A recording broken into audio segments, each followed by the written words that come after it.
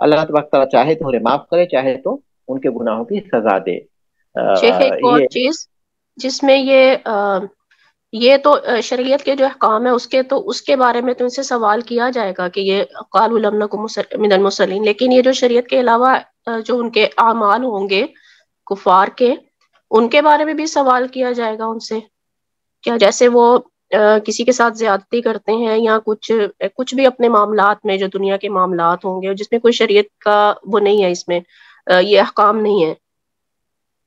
بلا شبہ، کیونکہ اوپر دیکھیں مؤلف رحمۃ اللہ نے کیا کیا، امر اور نہیں کی جو تکلیف ہے اس میں مسلمان اور کافر دونوں بھی شامل ہیں۔ شراب سے منع کیا گیا جیسے مسلمان کو، اسی طرح وہ بھی اس کے مخاطب ہیں، اور زنا اور چوری سے منع کیا گیا مسلمان کو، اس طرح وہ بھی مخاطب ہیں۔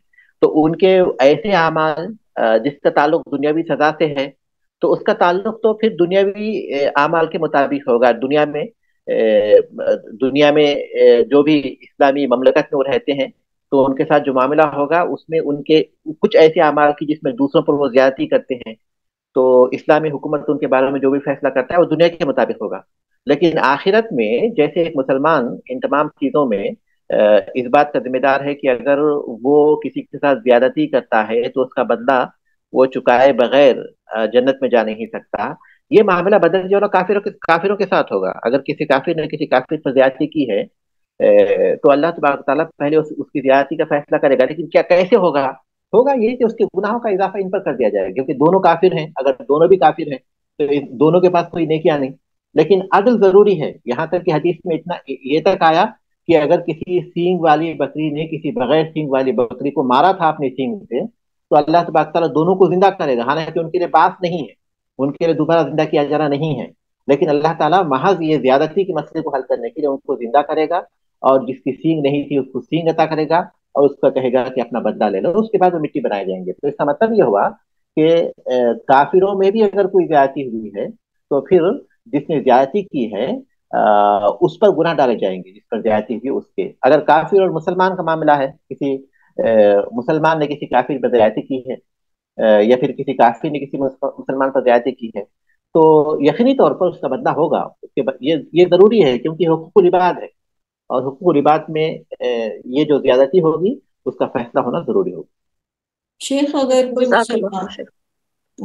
اگر کوئی مسلمان ہے، نمازیں بھی پڑھتا ہے، روزے بھی رکھتا ہے، لیکن وہ کہتا ہے کہ یعنی اگر کبھی کسی بات کے اوپر کہا جائے تو وہ کہتا ہے پتہ نہیں قیامت آنی بھی ہے یا نہیں آنی، اور لیکن ہم تو اپنی نیکیاں کیے جائیں، اگر آ گئی تو ہم وہ ہو جائیں، یعنی ایک طرح سے وہ نہ جھٹلاتا ہے اور نہ اس کے اوپر وہ کرتا ہے۔ تو ایسے شخص کے لیے کیا حکم ہوگا کہ وہ مسلمانوں میں ہی مانا جائے گا پھر بھی؟ یہ بڑی خطرناک بات ہے، بہت ہی خطرناک بات ہے، کیونکہ جب تک وہ آخرت پر ایسے یقین نہ رکھتے جیسے کہ اپنے وجود پر رکھتا ہے، بلکہ اس سے بھی بڑھ کر پوری طرح آخرت پر یقین نہ رکھے، جب تک اس کا ایمان مکمل نہیں ہوتا، کیونکہ ایمان کے ارکان میں سے آخرت پر ایمان لانا یہ ایمان کے ارکان میں سے ہے۔ اور یہ رکن کس کو کہتے ہیں؟ جس کے اوپر ایمان رکھا گیا ہے، اگر اس میں سے ایک رکن بھی ہٹ جاتا ہے تو گیا اس کا ایمان ڈھہ جاتا ہے۔ اگر واقعی وہ سنجیدگی کے ساتھ یہ بات کہتا ہے کہ بتا نہیں قیامت آئے گی بھی نہیں آئے گی، ہم نے تو ہم نیکیاں کیے جا رہے ہیں، اگر وہ سنجیدگی کے ساتھ کہتا ہے، اپنے دل سے کہتا ہے، تو اس کا مطلب یہ ہے کہ وہ قد کفروا، وہ کافر ہو چکے ہیں۔ باقاعدہ طور پر قرآن کی اس آیت کو ہم دیکھیں گے جو سورۃ التوبہ میں اللہ تبارک و تعالیٰ نے فرمایا تھا کہ کیا تم لوگ اللہ کے ساتھ، اس کے رسول کے ساتھ اس کی آیتوں کا مذاق اڑاتے ہو؟ وہ لوگ جو ہے اسلام لانے کے بعد کافر ہو چکے ہیں۔ آیت کے الفاظ ٹھیک مجھے یاد نہیں آ رہے ہیں، لیکن ان الفاظ سے واضح طور پر معلوم ہوتا ہے۔ دیکھیے اللہ تبارک تعالیٰ یہاں فرما رہا ہے کہ یہ باتیں اگر ہم ہنسی مذاق میں بھی کرتے ہیں، وَلَئِن سَأَلْتَهُمْ لَيَقُولُنَّ إِنَّمَا كُنَّا نَخُوضُ وَنَلْعَبُ، اگر آپ ان سے پوچھیں گے تو وہ کہیں گے کہ ہم تو بس گپ شپ میں یہ باتیں کہہ رہے تھے، بس ہنسی مذاق میں کر رہے تھے۔ تو فرمایا اللہ تبارک تعالیٰ نے قُلْ أَبِاللَّهِ وَآيَاتِهِ وَرَسُولِهِ كُنتُمْ تَسْتَهْزِئُونَ، کہ اللہ کے ساتھ، اس کی نشانیوں کے ساتھ، اس کے رسول کے ساتھ تم مذاق اڑاتے ہو، ان کے ساتھ تم جو ہے گپ شپ کی باتیں کرتے ہو ان کے بارے میں۔ لا تعتذروا قد كفرتم بعد ایمانکم، تم عذر پیش مت کرو، ایمان لانے کے بعد تم کافر ہو چکے ہیں۔ تو یہ اتنا سنجیدہ معاملہ ہے کہ اگر کوئی مذاق میں بھی یہ بات کہتا ہے تو بھی اس کے کفر کے بارے میں اللہ تبارک نے یہاں بتایا ہے لیکن اگر کوئی ایسا کہتا ہے تو اس کا مطلب ہے کہ اس کی ساری نیکیوں کا کوئی فائدہ نہیں ہوا. جب وہ ایمان ہی نہیں رکھتا آخرت پر کہ آئے گی نہیں آئے گی کہتے ہیں تو کوئی فائدہ نہیں ہوا. ایمان بالجزم چاہیے. ایمان اسی کو کہتے ہیں جو دل سے تصدیق کرتا ہے، زبان سے اقرار کرتا ہے. جب یہ کہتا ہے کہ پتہ نہیں آخرت ہوگی نہیں ہوگی تو اس کا مطلب ہے کہ اس کے دل میں تصدیق ہے نہیں. ایمان کے ارکان کیسے ہوئے؟ ایمان کی تعریف کیا ہے؟ ایمان کی تعریف ہے زبان سے اقرار کرنا، دل سے تصدیق کرنا، اور عمل اس کے مطابق ہونا، اس کے مطابق عمل کرنا. جب آپ کی دل سے تصدیق نہیں ہے تو پھر ایمان ہی نہیں ہوا، وہ ایمان کا کوئی فائدہ نہیں ہوا. یہ بڑی خطرناک بات ہے. اس کو ذرا اگر آپ کسی سے سنی ہے تو ان کو سمجھائیے کہ جب تک یقین نہیں ہوگا ایمان کا کوئی فائدہ نہیں ہوگا. اللہ تعالیٰ نے قرآن مجید میں کئی جگہوں پر قسم کھائی ہے. قرآن مجید میں جب قسم کھا کر اللہ تبارک نے یہ بات کہی ہے، زعم الذین کفروا ان لن یبعثوا، یہ دیکھیے قول کس کا ہے؟ کافر یہ گمان کرتے ہیں کہ وہ دوبارہ اٹھائے نہیں جائیں گے.